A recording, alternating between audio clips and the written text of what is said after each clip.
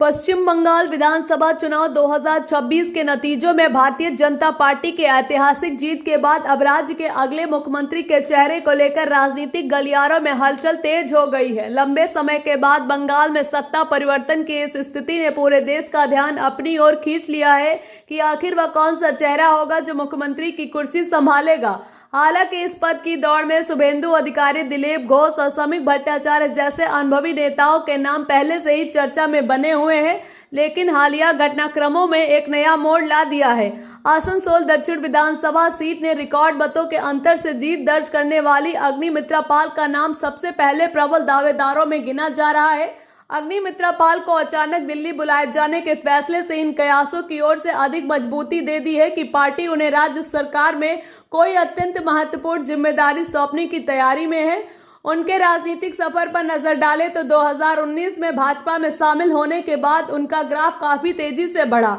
उन्होंने 2021 के विधानसभा चुनाव में सयोनी घोष को हराकर पहली बार विधायकी जीती थी और अब 2026 के चुनाव में टीएमसी को कद्दावर नेता पूर्व मेयर तपस बनर्जी की करारी शिक्कत देकर अपनी राजनीति क्षमता पर लोहा मनवाया है। अग्निमित्रा पाल की पहचान एक बेहद निडर, मुख और लड़ाकू महिला के नेता के रूप में उभरी है।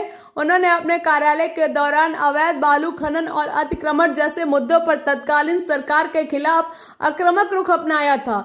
दिलचस्प बात यह है कि राजनीति में कदम रखने से पहले वह कोलकाता की एक जानी मानी फैशन डिजाइनर और सफल बिजनेस वुमेन थी, लेकिन बहुत ही कम समय में उन्होंने खुद को एक जमीनी से जुड़ी नेता के तौर पर स्थापित कर लिया। उनकी कार्यशैली और जनता के बीच उनकी फायर ब्रांड छवि की तुलना अक्सर ममता बनर्जी के शुरुआती राजनीतिक तेवरों से की जाती है। संगठन के भीतर भी उनकी सक्रियता और प्रभाव स्पष्ट नजर आता है, क्योंकि चुनाव प्रचार के दौरान उन्होंने प्रधानमंत्री नरेंद्र मोदी और गृह मंत्री अमित शाह जैसे बड़े नेताओं की रैलियों का मन सफल संचालन किया था। वर्तमान परिस्थितियों को देखते हुए यह माना जा रहा है कि भाजपा नेता बंगाल के एक ऐसे चेहरे मुख्यमंत्री की कमान सौंप सकता है जो केवल प्रशासनिक तौर पर सक्षम हो, बल्कि विपक्ष की आक्रामकता का सामना करने का साहस भी रखता हो। ऐसे में दिल्ली से मिलने वाले संकेतों और अग्निमित्रा पाल की हालिया सक्रियता ने बंगाल की नई सरकार के गठन को लेकर उत्सुकता को चरम पर पहुंचा दिया है। फिलहाल दिल्ली में होने वाली बैठक के बाद यह साफ हो जाएगा कि बंगाल की कमान किसके हाथों में होगी। क्या आपको लगता है अग्निमित्रा पाल बंगाल की नई मुख्यमंत्री के रूप में सही होंगी?